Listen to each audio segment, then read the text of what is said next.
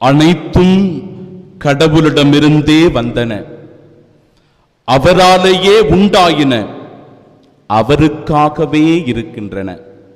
நம் ஆண்டவராகிய இயேசு கிறிஸ்துவின் அன்பும் அருளும் அமைதியும் மகிழ்ச்சியும் உங்கள் அனைவரோடும் என்றும் இருப்பதாக. பொதுக்காலம் 21ஆம் ஞாயிறு மிக ஆழமான சிந்தனையை நமக்கு வலியுறுத்தி சொல்லி நம்முடைய வாழ்க்கையை சுய ஆய்வு செய்து பார்க்க நமக்கு அழைப்பு தருகிறது. அனைத்தும் கடவுளிடமிருந்தே வந்தன. இந்த உலகத்தில் எதுவெல்லாம் இருக்கின்றதோ, எதையெல்லாம் நாம் அனுபவித்துக் கொண்டிருக்கிறோமோ, இவை அனைத்துமே கடவுளிடமிருந்து வந்தன. கடவுள்தான் அவற்றை படைக்கின்றார், கடவுள்தான் அவற்றை கொடுக்கின்றார். அவராலேயே உண்டாயின. அவர் இல்லாம என் அன்பிற்குரியவர்களே, சந்திரயான் 3 கூட நிலாவில் போய் இருந்திருக்க முடியாது. எல்லாம் அவராலேயே உண்டாயின, அவருக்காகவே இருக்கின்றன. எல்லாம் அவருக்காகத்தான். அவரின்றி ஒரு அணுவும் இந்த உலகத்தில் அசையாது. அப்படி என்றால் இறைவன் இந்த இடத்தில் சொல்ல வருகின்ற செய்தி என்ன? இன்றைய முதல் வாசகம்தான் இந்த நாளுக்குரிய சரியான ஒரு செய்தி. இன்றைய முதல் வாசகம், உன்னை உன் பதவியிலிருந்து இறக்கி விடுவேன், உன் நிலையிலிருந்து உன்னை கவிழ்த்து விடுவேன், உன் அங்கியை அவனுக்கு உடுத்தி உன் கச்சையை அவன் இடுப்பில் கட்டி உன் அதிகாரத்தை அவன் கையில் ஒப்படைப்பேன். அவன் திறப்பான், எவனும் பூட்ட மாட்டான், அவன் பூட்டுவான், எவனும் திறக்க மாட்டான். எவ்வளவு ஒரு ஆபத்தான, எச்சரிக்கையான, கவனமுடன் இருக்க வேண்டிய ஒரு செய்தி அப்படின்னு பார்த்துங்க. கடவுள் இன்னைக்கு நமக்கு எவ்வளவோ விஷயங்களை செய்திருக்கிறார். இன்றைக்கு இங்கு அமர்ந்து கொண்டிருக்கிற ஒரு 200 மக்கள் மத்தியில் ஒரு குருவானவர் என்கிற நிலைக்கு என்னை தகுதி உள்ளவனாக உயர்த்தி வைத்திருக்கிறார். நாளைய குருவானவராக மாறி இறை மக்களுக்கு பணி செய்ய அருட்சகோதரர்களை உருவாக்கி கொண்டிருக்கிறார்.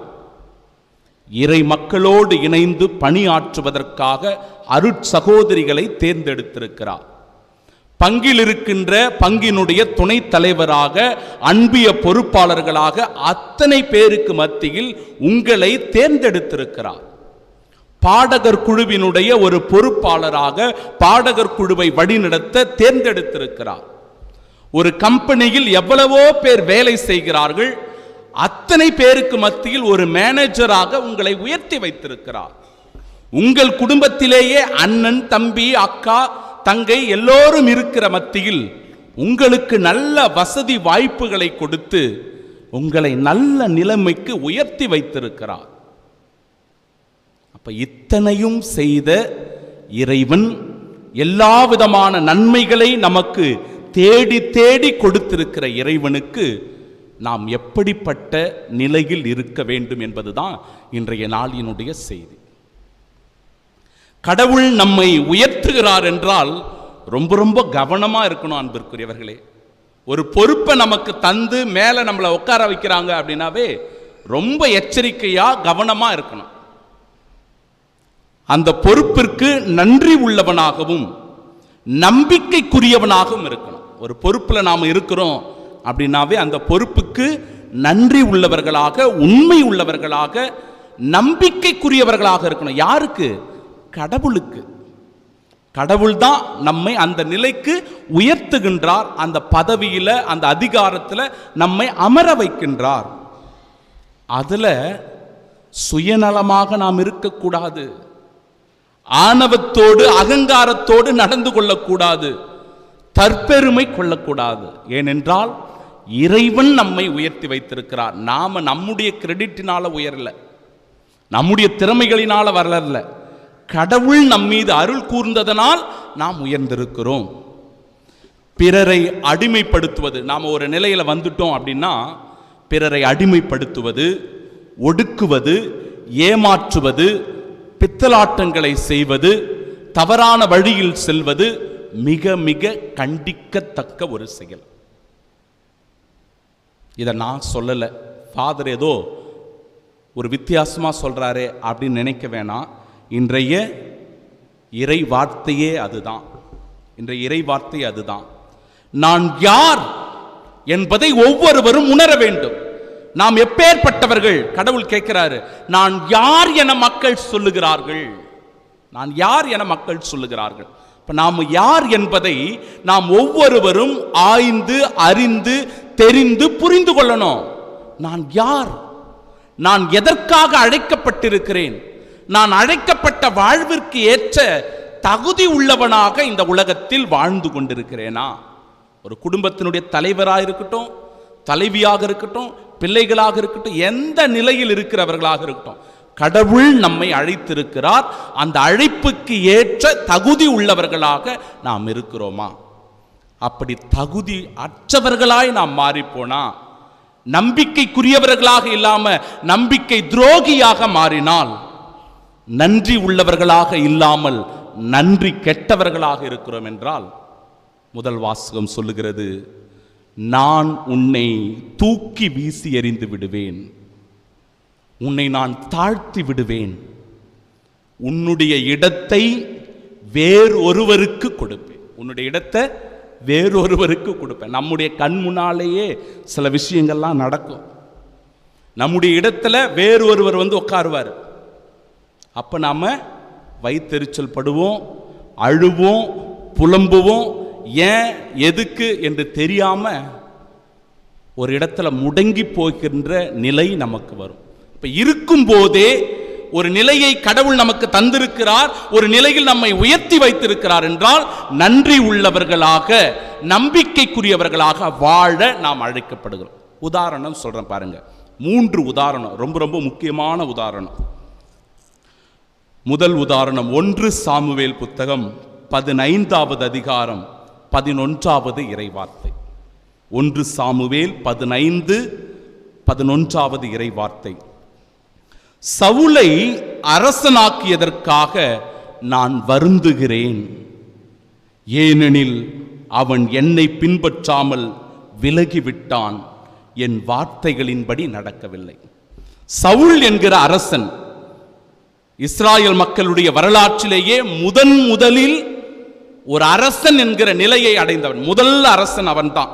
1 சாமுவேல் புத்தகம் 10வது அதிகாரம் 24வது இறைவார்த்தை சொல்லுகிறது.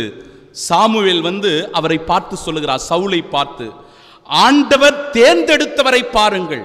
எவ்வளவு பேர் மத்தியில கடவுள் ஒருத்தரை தேர்ந்தெடுக்கிறாரு அப்படின்னா அவரை முன்னாடி நிறுத்தி சாமுவேல் சொல்றாரு, கடவுள் தேர்ந்தெடுத்தவரை பாருங்கள், மக்கள் அனைவரிலும் அவரை போல் ஒருவர் உண்டோ? இவரை போல யாராவது இருக்கிறாங்களா? இவ்வளவு பேர் மத்தியில கடவுள் அவரை தேர்ந்தெடுத்திருக்கிறார். அரசர் நீடூடி வாழ்க, நீடூடி வாழ்க அப்படின்னு எல்லாரும் சொல்றாங்க. சவுல் அரசனை கடவுள் தேர்ந்தெடுத்து இஸ்ராயல் மக்கள் முழுவதையும் வழிநடத்தக்கூடிய அதிகாரத்தையும் பொறுப்பையும் சவுலுக்கு கொடுக்கிறாரு. ஆனா சவுல் என்ன செய்யறான்? தன்னுடைய சுயநலத்தினால், தன்னுடைய சுயநல போக்கினால் கடவுளுக்கு விரோதமான செயல்களை செய்து தான் கொண்டிருக்கிற அந்த பதவி அதிகாரத்திலிருந்து அதை துஷ்பிரயோகம் செய்ததனால ஆண்டவர் சொல்றாரு, சவுலை அரசனாக்கியதற்காக நான் மனம் வருந்துகிறேன், ஏனெனில் அவன் என்னை பின்பற்றாமல் விலகி போய்விட்டான், என் வார்த்தைகளின்படி அவன் நடக்கல. தகுதியான ஒருவரை தேர்ந்தெடுக்கிறார், ஆனால் அவன் தகுதியற்றவனாக மாறிப்போகிறான். சிறந்த உதாரணம். 2வது உதாரணம் 2 சாமுவேல் புத்தகம் 17வது அதிகாரம் 7 முதல் 12 வரை உள்ள இறைவார்த்தைகள். அரசனாய் உன்னை திருப்பொழிவு செய்தேன், சவுலின் கையினின்று உன்னை விடுவித்தேன், இது போதாதென்றால் உனக்கு மேலும் மிகுதியாக நான் கொடுத்திருப்பேன். யாரை பத்தி சொல்றாரு? அப்படின்னா தாவீது அரசரை பத்தி சொல்றார். இரண்டாவது ஆள் யாரு நமக்கு உதாரணம்? தாவீது அரசர். தாவீது அரசரை பார்த்து சொல்றாரு, நான் உனக்கு திருப்பொழிவு செய்தேன், நான் தான் உன்னை ஆசீர்வதித்தேன், உன்னை அர்ச்சித்தேன், உன்னை அரசனாக மாற்றினேன், சவுலினுடைய கையினின்று உன்னை விடுவித்தேன். சவுல் உன்னை கொல்வதற்காக தேடி தேடி அலைந்தான், அவனுடைய கையிலிருந்து உன்னுடைய உயிரை காப்பாற்றினேன். இது போதாதென்றால் நீ கேட்டிருந்தன்னா நான் உனக்கு எவ்வளவோ கொடுத்திருப்பேன். ஆனால் 9வது இறை வார்த்தை சொல்லுகிறது, பின் ஏன் நீ ஆண்டவரின் வார்த்தையை புறக்கணித்து அவர் தம் பார்வையில் தீயது செய்தாய்? நான் தான் நீ கேட்டா எவ்வளவு வேணா கொடுத்திருப்பனே, நீ நல்லா இருந்திருக்கலாமே, உன்னை அரசனாக்கினேனே, தீயவர்களிடமிருந்து உன்னை விலக்கி வைத்து ஆசீர்வாதமாய் உயர்த்தி வைத்தேனே. என் அன்பு மகன் தாவீதே, நீ ஏன் என் பார்வையில் தீயது செய்தாய்? உனக்கு எல்லாமே கொடுத்திருப்பனே, நீ ஏன்பா என்னை விட்டு விலகி போன? எவ்வளவு வருத்தமான ஒரு செய்தி என்று பாருங்க. எனவே கடவுள் சொல்றாரு, உன் குடும்பத்தினின்றே நான் உனக்கு தீங்கு வர செய்வேன்.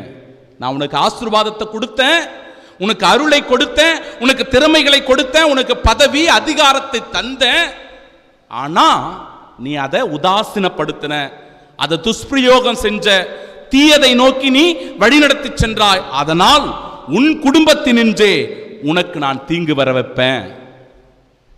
உன் கண்கள் காண, வார்த்தைகளை பாருங்க, ரொம்ப பயங்கரமான வார்த்தைகள். அந்த வார்த்தைகளை நீங்க போய் வீட்டில் போய் வாசித்து பாருங்க, ரொம்ப ஆர்வமா இருக்கிறவங்க. உன் கண்கள் காண, நீ பார்த்துக்கிட்டு இருக்கும் போதே அப்படின்னு அர்த்தம். நீ எப்படி பார்த்துட்டு இருக்கிறல்ல, அந்த பார்த்து கொண்டு இருக்கும் போதே உன் மனைவியை உனக்கு அடுத்திருப்பவனுக்கு ஒப்புப்பேன், உன் மனைவியை இன்னொருத்தருக்கு கொடுப்பேன், நீ பார்த்துக்கிட்டு இருக்கும் போதே. ஏன்னா நீ அடுத்தவனுடைய மனைவிக்கு ஆசைப்பட்டு அடுத்தவருடைய வாழ்க்கையில் குறுக்கிட்டாய், அவனுக்கு தீங்கு விளைவித்தாய். எனவே உன் குடும்பத்தை உன் பார்வையிலேயே உனக்கு நான் கேடு வருவிப்பேன்.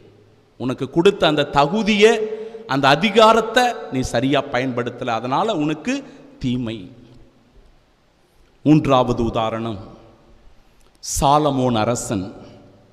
சாலமோன் அரசனுக்கு கடவுள் ஞானத்தை தந்தார், ஓபிரினுடைய தங்கத்தை கொடுத்தார், உயர்ந்த விலை உயர்ந்த தங்கத்தை கொடுத்தார். எருசலேம் தேவாலயத்தை கட்டக்கூடிய ஒரு மகிமை பொருந்திய தகுதி சாலமோன் அரசருக்கு தான் இருந்துச்சு. இப்படி இறை ஞானம், ஓபிரினுடைய தங்கம், ஜெருசலேம் தேவாலயத்தை கட்டி எழுப்பக்கூடிய ஆசீர்வாதம், இது எல்லாம் பெற்றிருந்த சாலமோன் அரசன் வேற்று தெய்வங்களை வழிபட்டதனால, உண்மையான கடவுளை மறந்து வேறொரு கடவுளுக்கு முக்கியத்துவம் கொடுத்து, அவருக்கு நிறைய ஒப்பாட்டிகள் இருந்தாங்க. நிறைய ஒப்பாட்டிகளை வச்சுக்கிட்டு சந்தோஷமா உல்லாசமா ஆள் வாழ்ந்துட்டு இருந்தார். அவங்களுடைய சொல் பேச்சு கேட்டு அந்த வேற்று தெய்வங்களை அவர் ஊக்கப்படுத்துகிறார், அவர்களுக்கு பலிப்பீடங்களை கட்டித் தருகிறார், அவர்களுக்கு தொழுகை மேடுகளை கட்டித் தருகிறார், அந்த தெய்வங்களுக்கு தூபம் இடுகிறார். நான் உனக்கு எல்லாம் செஞ்சு கொடுத்திருக்கிறேன், நான் உனக்கு தகுதியையும் பொறுப்பையும் அரசையும் தந்திருக்கிறேன், ஆனா நீ வேறு எங்கேயோ போய் எதையோ செய்து கொண்டிருக்கிறாயே, என் பார்வையிலிருந்து நீ விலகி இருக்கிறாயே என்று சொல்லி சாலமோன் ஆண்டவர் பார்வையில் தீயனப்பட்டதை செய்தார். எனவே அவரை அந்த அரச நிலையிலிருந்து தூக்கி வீசி எறிந்தார். இதை தான் இன்றைக்கு முதல் வாசகம் சொல்லுகிறது. செபுனா அப்படின்ற ஒருவர் எசேக்கியா மன்னனுடைய அரசவையில் அரண்மனையினுடைய பொறுப்பாளராக அதிகாரியாக இருந்தவர். அவர் முறை தவறி நடந்ததனால, அந்த பொறுப்புக்குரிய நம்பிக்கைக்குரியவராக அவர் இல்லாததனால, உன்னை உன் பதவியிலிருந்து இறக்கி விடுவேன், உன் நிலையிலிருந்து கவிழ்த்து விடுவேன், உன் அங்கியை அவனுக்கு உடுத்தி உன் கச்சையை அவன் இடுப்பில் கட்டி உன்னுடைய இடத்தை வேற ஒருவனுக்கு கொடுப்பேன். என் அன்பு உள்ளங்களே, அதை விட ஒரு மோசமான ஒரு நிலைமை இருக்க முடியுமா? யோசிச்சு பாருங்க. நல்ல திறமைகளை, பொறுப்பை, அதிகாரத்தை நமக்கு கொடுத்துருக்கிறாரு கடவுள். அதை துஷ்பிரயோகம் செய்கிறோன்னா, அதை சரியாக பயன்படுத்தலை அப்படின்னா, அதற்குரிய தகுதி உள்ளவர்களாக நாம் வாழலைன்னா நம்முடைய பார்வையிலேயே நம்ம தூக்கி வீசி எறிஞ்சிட்டு அந்த இடத்துல இன்னொருத்தரை உட்கார வைப்பார். அந்த நிலைமை நமக்கு வந்துடக்கூடாது. எனவே கடவுளுக்கு நன்றி உள்ளவர்களாக, நம்பிக்கைக்குரியவர்களாக வாழ இந்த நாளில் செபிப்போம். நான் யார் என்று ஆண்டவர் இயேசு கேட்டது போல, இயேசு மெசியா இறைமகன் என்று பேதுரு அறிக்கையிட்டது போல, நம்முடைய வாழ்க்கையில் தெளிவாக நாம் யார் என்பதை உணர்ந்து கொண்டு கிறிஸ்துவின் சாட்சியாய் வாழ்வோம். அவரின் நம்பிக்கைக்குரியவர்களாக, நன்றி உள்ளவர்களாக இருப்போம். ஆமீன்.